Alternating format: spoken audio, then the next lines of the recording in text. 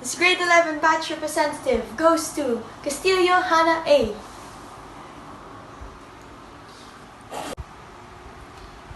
Thank you very much. Thank you very much. Shh, shh, shh. Guys, shh, shh. Manimik.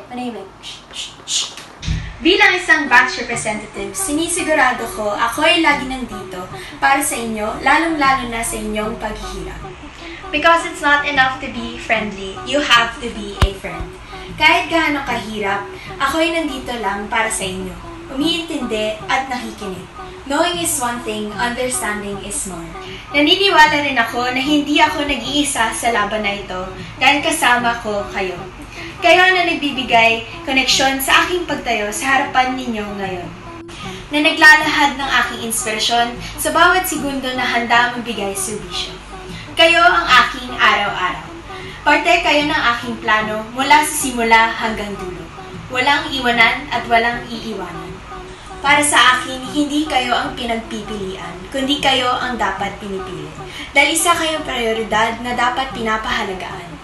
Kayo ang tanging yaman, na dapat alagaan at mahalin ng buong puso at isipan.